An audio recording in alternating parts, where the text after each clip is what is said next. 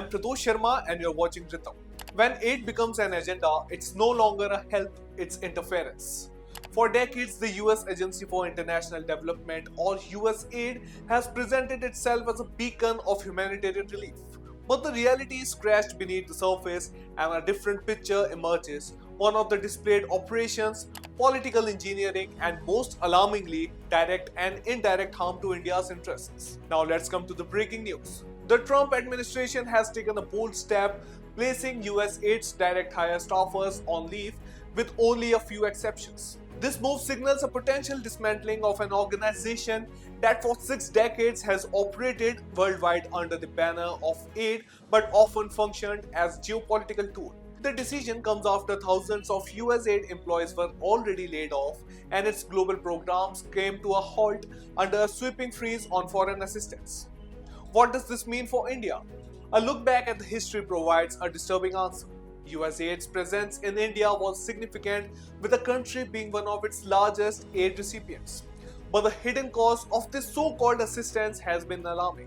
USAID's financial hand has been traced to organizations that have worked against India's national interests, sometimes even indirectly aiding groups with extremist links. A shocking revelation was the connection between US aid funding and the Pakistan-based organization with ties to the Lashkar-e-Taiba, the group responsible for the deadly 26/11 Mumbai attacks.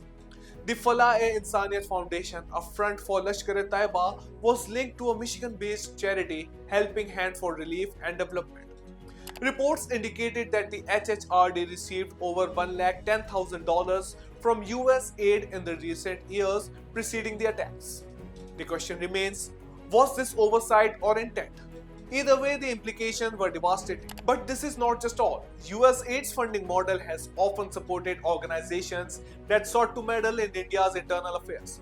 The Joshua Project, a foreign NGO collecting sensitive demographic data, was found to have links with USAID-backed initiatives. Similarly, USAID's association with Freedom House, a global watchdog that persistently undermines India's democratic credentials, has raised red flags.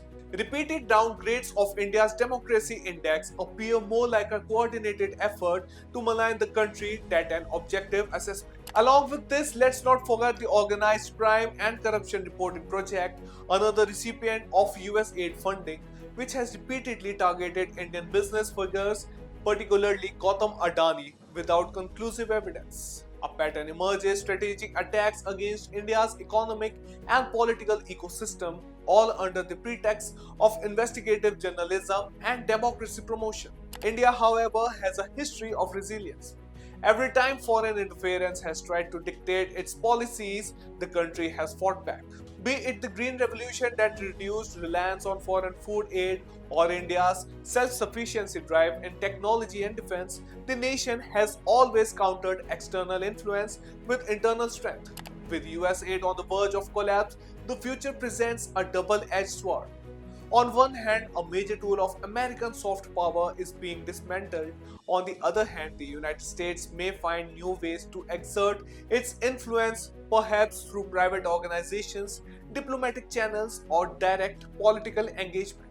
In the coming years, India's approach must be one of vigilance and strategic policy making. As global powers shift, the need for self-reliant and robust India is greater than ever.